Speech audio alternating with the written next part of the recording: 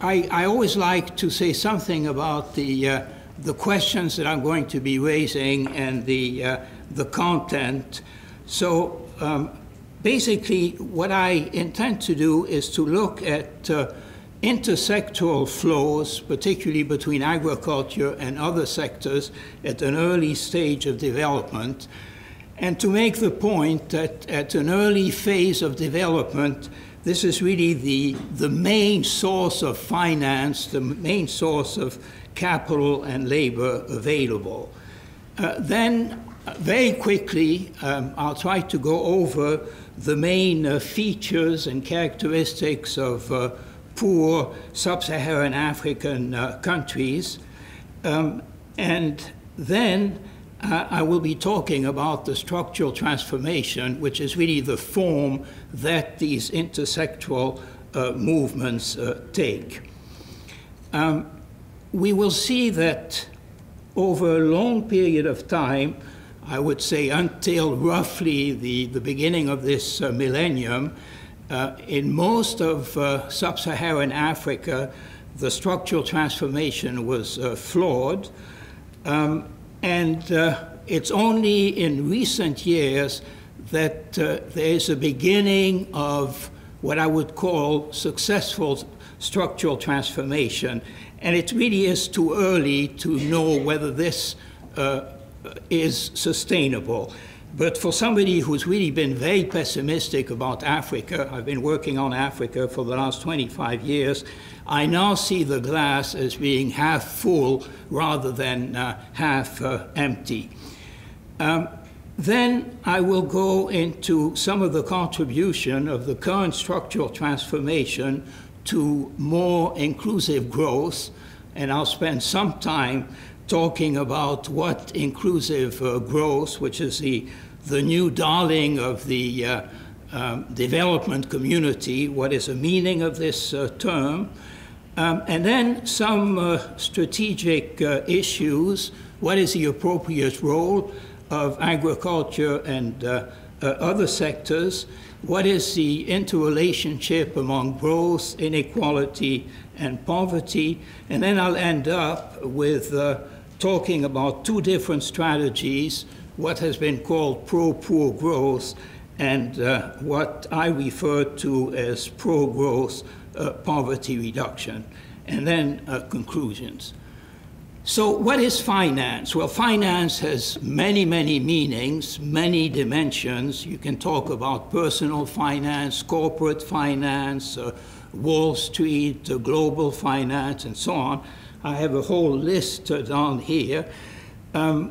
Even the very esoteric, efficient markets, a la pharma, random walk. Florence was talking about tightrope walk. One time I tried to explain to my wife what random walk was, and she absolutely couldn't understand it. And it reminded me of Richard Feynman, famous physicist, saying that if you can't explain what you're working on, regardless of how complex it is to your mother or to your wife, maybe you don't understand it. And this again brings me back to the vice provost. I'm not sure that some of these concepts that he mentioned, such as the well, I don't want to be facetious. The social accounting matrix, what is the meaning of it? I think I still know what it means.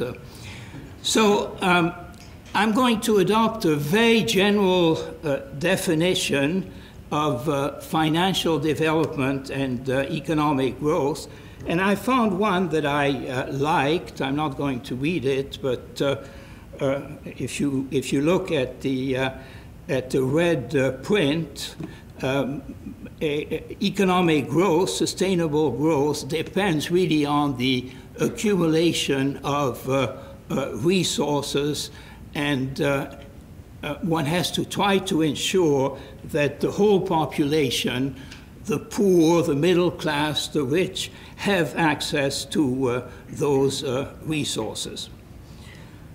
Now, I'm going to start by exploring the relationship between finance and development at an early stage of development where most countries are still agrarian, agricultural. And I just took the 5 or 6 largest countries in sub-Saharan Africa. If you add them up, they come up to something like 60% of the total population. And in each one of these countries, the principal mode of production is still small-scale subsistence farming. And I'll give you evidence of this a little bit later. Well, right here it is. Between 2005 and 2010, the share of the labor force in agriculture fell from 68% to 54%. In the resource-rich countries, in the low and middle-income countries, it fell from just above 50% to just below 50%. And in the low-income countries, it was still about 63%. But again, I want you to note that in a very short period of time, in a 5-year period, you have a very significant fall in the share of employment in agriculture. And of course, this is something that I will emphasize as we go on. Now, in terms of the main characteristics of these small farms, typically they produce domestic food crops, in some cases exports, but it's rare. They use very simple technologies. They are too poor to save. Governments, both central and regional, are weak. There is an institutional vacuum. Foreign aid doesn't play a major role. Increasingly, private aid, the foundations, the Gates Foundation, have done a marvelous job in these very poor countries in terms of helping health and education. And private investment, except, of course, in the resource-rich countries, does not play a major role. So the point here is, where do these countries, these poor countries, where are they going to get the resources for the takeoff? Obviously, in one way or another, it will have to be generated from within the country. So what is a major mechanism to obtain these resources?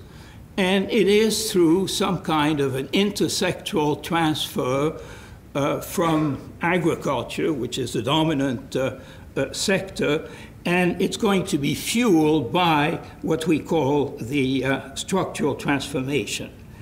Now, what is interesting, and here the Japanese economists have done a lot of work on the structural transformation. Teranishi, among others, made a distinction between what he called the market-based resource shift, and I call it the invisible financial hand, namely that part of the transfer which takes place through the market, and what could be considered policy-induced resource flows through either direct taxation, indirect taxation, or infrastructure investment in agriculture. And what Teranishi found out was that if you compare the major developing countries in the world, this was in the mid-90s, there was little difference in terms of direct, indirect taxation, what came through the market between these countries, but the difference in terms of infrastructure investment was enormous. And again, this is something that I want to come back to later, where I will emphasize the role of infrastructure in building a bridge between agriculture and other sectors to facilitate the migration, particularly of labor. Okay, the process of capturing the agricultural surplus is quite delicate. at the end of the road, you want a net flow going from agriculture to the rest of the economy.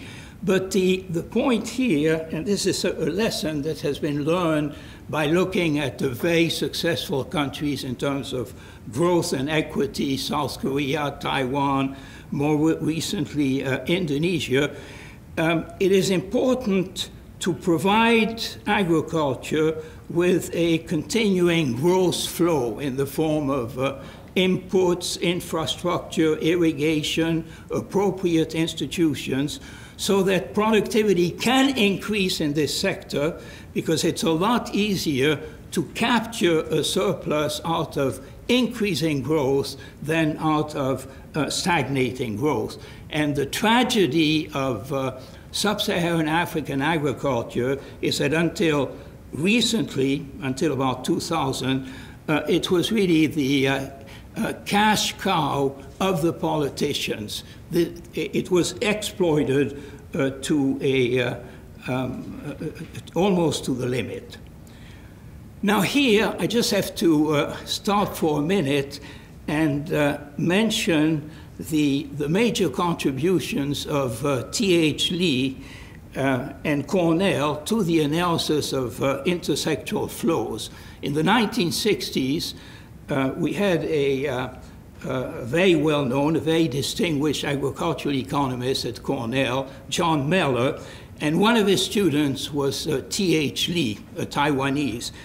T.H. Lee wrote what is considered to be the classic book on intersectoral transfers throughout the process of development based on Taiwan. And T.H. Lee became first the mayor of Taipei and then the president of Taiwan.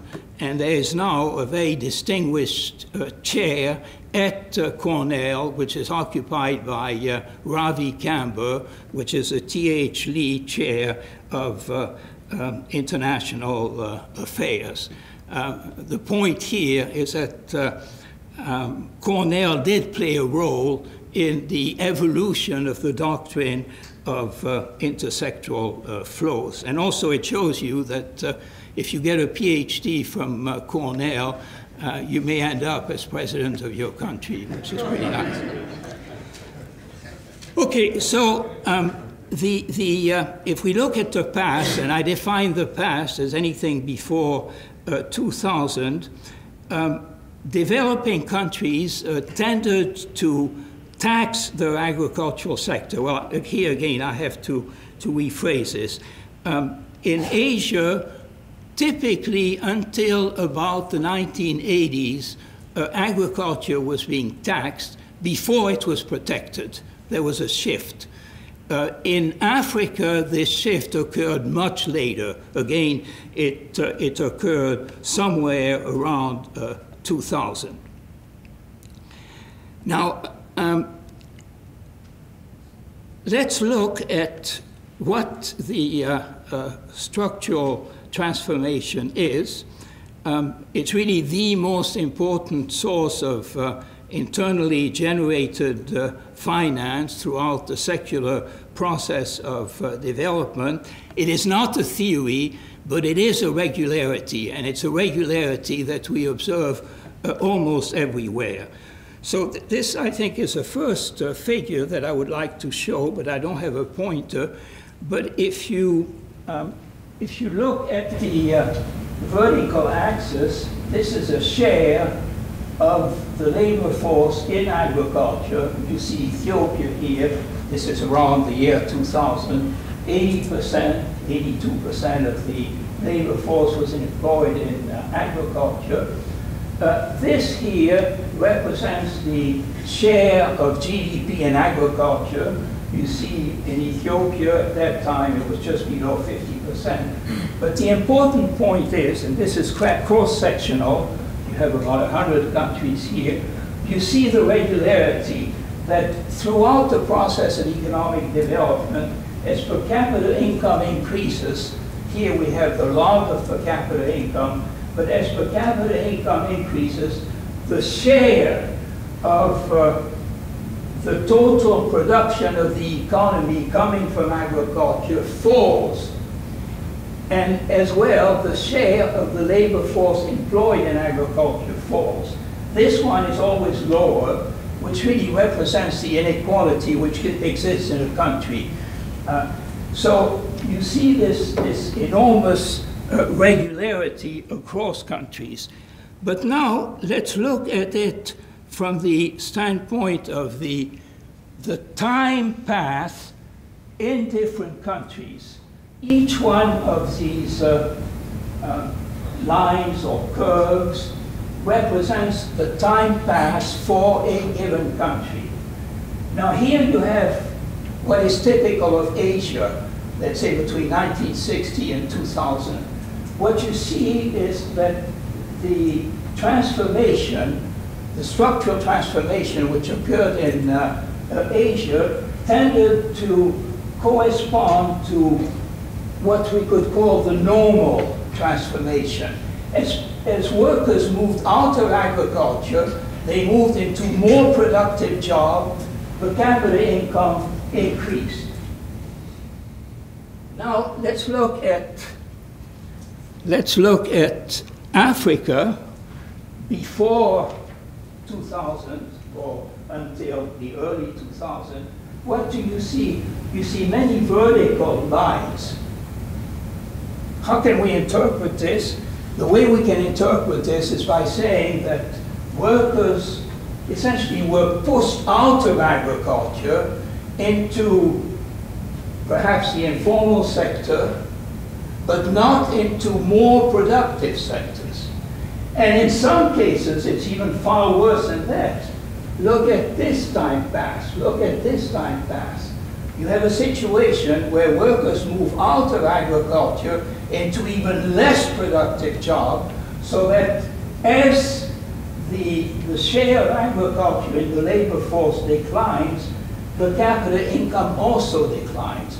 And this is, I think, what I would call a flawed structural transformation. And that was typical of sub-Saharan Africa until perhaps the early 2000s. So I contrasted the successful structural transformation in Asia with that of Latin America. I've just explained this. Now, what I tried to do, incidentally, these figures that I just had on the screen came from the World Development Report 2008 from the World Bank, which is the main publication of the World Bank, and it was on agriculture and development. So what I tried to do was to update the information. And it was hard to find information on more than something like 14, 15 countries. And my tentative conclusion is that if you look at the structural transformation which took place between roughly 2000 and 2011, it corresponds much more to the normal transformation which we saw in Asia, where people, workers moving out of agriculture, were able to move into more productive jobs outside of agriculture. So let me go back a second. So I had a sample of 14 countries, and there are some interesting issues. Botswana, Ghana, Liberia reveal rising share of agricultural employment out of total employment, and that could reflect increasing productivity within the agricultural sector. But anyway, the tentative conclusion was that after 2000, structural transformation in Africa was much more successful than it had been previously.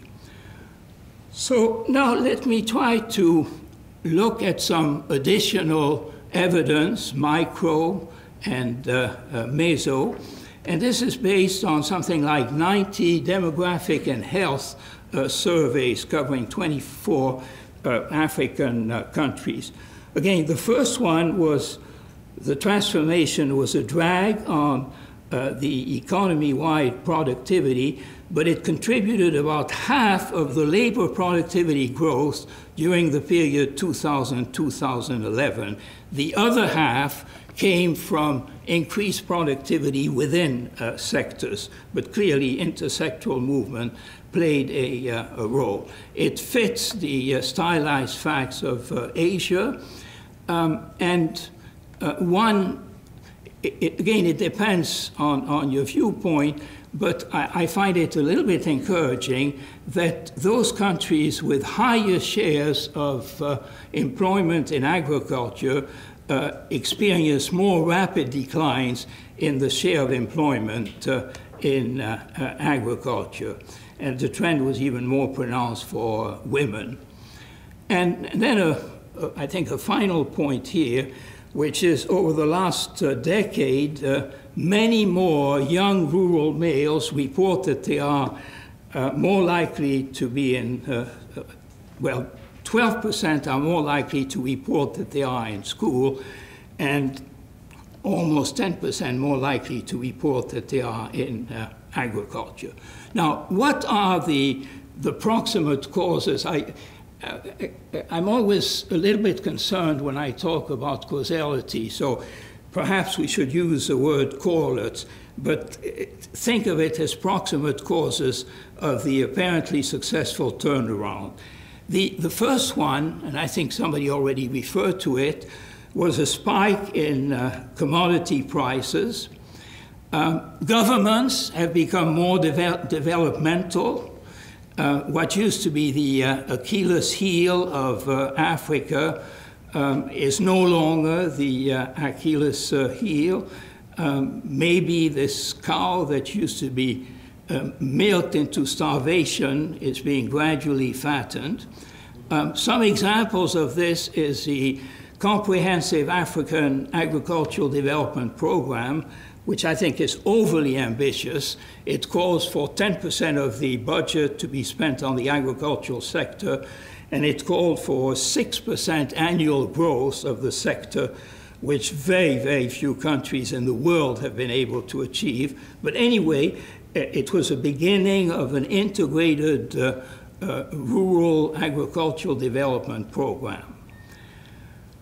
Another correlate is, and I put a big question mark, maybe you should put 2 or 3 question marks, some reduction in conflicts, large flows of foreign direct investment, and improved governance. Now, one way of looking at the quality of governance is to look at the Mo Ibrahim Foundation index, and here is this index.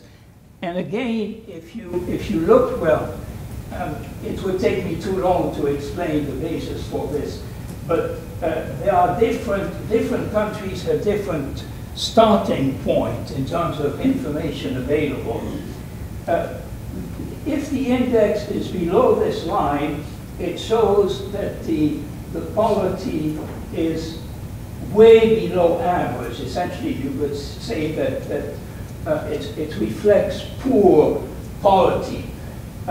If it's above, it reflects good or relatively good polity. And you can see that after 2000, it has gone up. So it's at least one indicator, and this is based on something like, I think, 25, 30 different indicators of governance, and it's some kind of a weighted average. It does tend to show that there has been an improvement in the quality of governance. And of course, it's certainly not the least important, improve financial intermediations, instruments and institutions such as stock markets. It's a very well-operating stock market in Ethiopia, rural formal banks, mobile banks, microcredit, cell phones, and many others. Much of it is going to be presented at this conference. These financial instruments and institutions definitely, I think, have contributed to the successful structural transformation. So this brings me to the concept of inclusive growth, and as I mentioned before, it has become the darling of the development community. It's really the climax of a long evolution. I'm thinking of it as an extension of the basic needs doctrine. But this new paradigm has many definitions. The one I like is the one that I put down here. The emphasis is on reducing poverty, creating employment, access to health and education, particularly for the poor, recognition of women's agency. So again, if one wanted to look at the essence of inclusive growth, it would be rapid and sustained poverty reduction, where all segments contribute and benefit from the growth. It refers not only to the speed of growth, but more importantly to the pattern. You can have 8% GDP growth that does very little for the poor. You can have 5% GDP growth that does a lot for the poor. So the structure of growth, the pattern of growth, may be as, if not more important than the pace. And of course, the main instrument to achieve inclusive growth is productive employment. Now, with respect to inequality, there is no firm agreement. The World Bank takes a view that I do not share. They do not necessarily call for a reduction in inequality as part of this type of growth.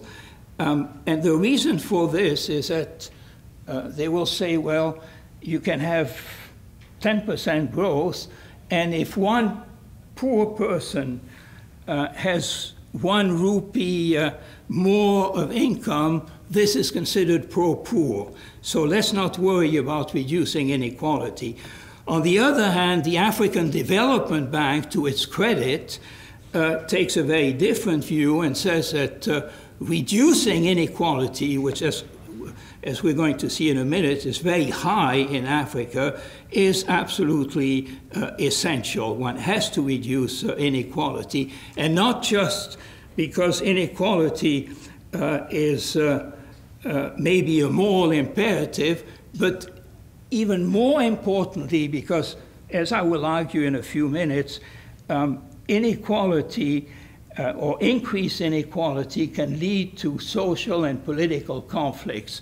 So it could retard growth, and if you want to accelerate growth, maybe you should reduce inequality. Okay, what are some of the macro evidence of inclusiveness? A quantum jump in per capita GDP growth per annum from 0%, complete stagnation until 2000, to something like 2.5%, 3% in the last 10, 14 years, with some very spectacular cases. Look at Angola, from -2% to 10%, Ethiopia from essentially -0.1% to 7%, even Nigeria from 0% to 4%. Also, I think very significant, the headcount poverty ratio fell from 58 to 48%, still very high, but definite progress. On the flip side, and some people say you shouldn't just look at relative poverty, you should look at the absolute number of poor. The absolute number of poor is still increasing, and this is part of the large population growth. Again, this is something we have to be concerned about. Now, we all know that income doesn't necessarily represent development, so let me give you some evidence in terms of human development. The UNDP Human Development Index in 2013 found that out of the 14 best performers in terms of annual growth rate, 11 were from sub-Saharan Africa. This is very impressive. Of course, they started from a very low level, but the rate of improvement is quite significant. On the downside, inequality, income inequality remains very high. Latin America is still the most unequal region in the world, but has made remarkable progress in the last 10 years. Mexico and Brazil, that had Gini coefficients around 0.6, now have Gini coefficients around 0.5. In Africa, there are as many countries for which inequality increased as countries for which inequality went down. Another problem is much of the labor force is still in very vulnerable jobs. It's interesting how the words and concepts change. We used to talk about formal and informal jobs.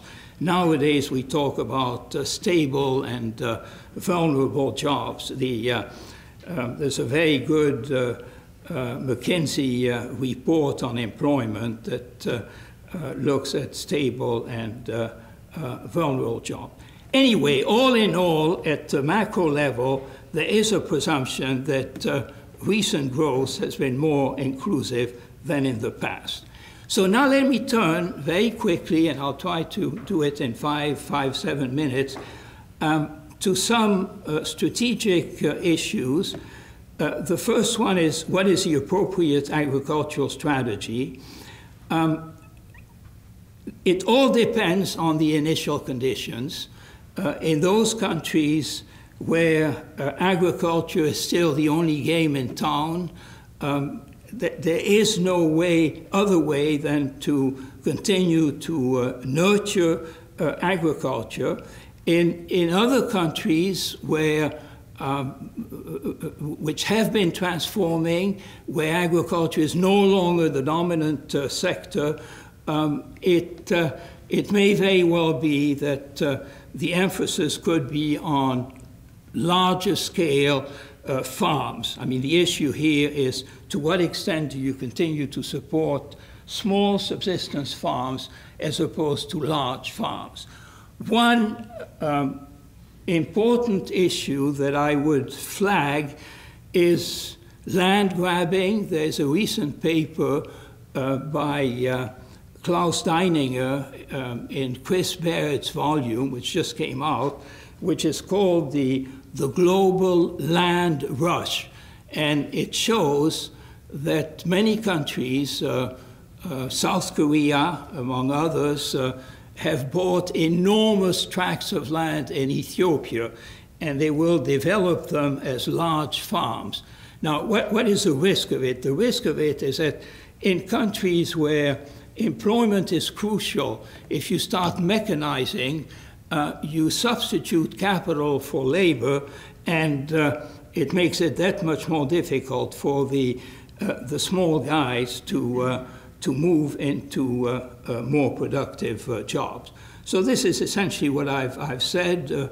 Depending on the initial conditions, the emphasis on continuing to support small-scale subsistence agriculture as opposed to modernization may be important. The last line on this slide, I think, is important. I was talking to Stefan Durkon last week. He's the head of DFID in the United Kingdom, and he was emphasizing balanced growth. He said it's fine, you have to do something for agriculture, but we should also have an industrial policy for the other sectors. In other words, for all of the jobs that are left from agriculture, there should be a job available outside of agriculture. So we should think of it more in terms of balanced growth. So The next, and I think it's my final strategic issue here, what is the interrelationship among growth, inequality, and poverty? It's clearly crucial to the whole concept of inclusive growth. At one time, and I think there was a reference to it, I worked on looking at the process of globalization, how it affected the poor in Asia, Latin America, and Africa. And it's very clear that globalization is much like gravity. There's very little a country can do to protect itself against some of the negative consequences of globalization. It can, to some extent, moderate some of these effects. It can also perhaps enhance some of the positive effects, but it's still only within a very limited scope. On the other hand, the choice of a development strategy is much more endogenous. It depends on the government, it depends on the institutions, and some governments have been much more pro-poor in the decisions than other governments. So an important point, we'll get to the Bourguignon triangle and Nexus in a second, but when it comes to inequality, the old view was that inequality, income inequality, was necessary for economic growth because the rich save a higher proportion of their income, so that this provided a higher flow of savings, and these savings could be converted into investment. Investment was a key to economic growth. So it was, in a way, a very cruel way of rationalizing an unequal society. You said it's needed for economic growth. What I would call the new political economy of development, people like Roderick, but there are many others, take a totally different approach. They say that high inequality through a large number of pathways, and I can't go into it here, but maybe the major pathway, negative pathway, is through its impact on social, political conflicts, is going to reduce future growth. It's going to retard, dampen future growth. There's also a very recent paper by Martin Revelian where he shows that high initial poverty dampens subsequent growth. So if you believe this, you could make a case for the strategy, which I have, again, at the bottom of the slide, saying that the trigger point, the intervention, the policy, the institutional intervention, doesn't necessarily have to be in terms of the pattern of growth, but it could be on reducing poverty directly. By reducing poverty directly through properly designed programs and institutions, this would also reduce inequality. And again, if we believe this new political economy of development, it would accelerate growth. And this is what I have called pro-growth poverty reduction strategy. And that could be complementary to the much better known pro-poor growth strategy, where the intervention point is on the pattern of growth itself. So here, we're getting to the end, so I made a promise, and I'm trying to keep it. If the pro-poor growth would essentially do something at this level, it would try to change the structure of growth that might lead to a more equal income distribution, might lead to poverty reduction, and again, if Revelian is right, would contribute to higher growth. The alternative but complementary strategy, pro-growth poverty reduction, would have the development strategy and the appropriate institution work directly on poverty reduction. And again, I have no time to do this, but there are many institutions in Latin America that have been not only very successful in terms of reducing poverty, but have also been productive. I might just mention Oportunidades, Progresa in Mexico, Bolsa Familiar in Brazil. And over the last 6, 7, 8 years, we've had a number of these institutions appear in sub-Saharan Africa. So I'm really becoming much more sanguine concerning the possible sustainability of what is going on, of the present growth spell in Africa. So main conclusions, very few. The intersectoral resource flows generated by the structural transformation provide the main source to finance development, particularly at an early stage. The transfer of capital, the agricultural surplus, is often invisible, but other capital required may have to come from taxation and changes in the terms of trade, changing the relative prices between agriculture and non-agriculture. Think of marketing boards and so on. A significant part of the structural transformation consists of labor movements, moving from low productivity to high productivity activities. The structural transformation in Africa prior to 2000 was flawed.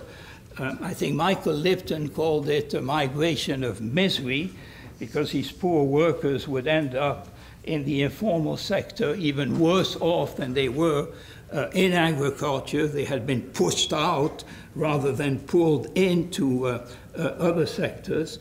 And finally, the recent structural transformation appears, again, I should have a question mark here, to have contributed to a more inclusive growth pattern in Africa. It's still too early to confirm that it is sustainable.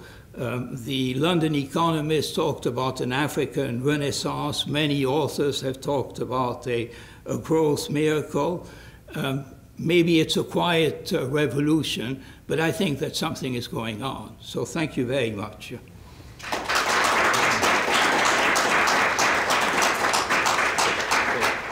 A few questions, isn't it? Yes, sure. So thank you very much to you, Erik. He says he's willing to take a few questions. So, yes. Thank you. First of all, thank you for running a talk. When we compare structural transformation, isn't it a different world from the world that we lived in 20 years ago, when structural transformation meant moving out of ag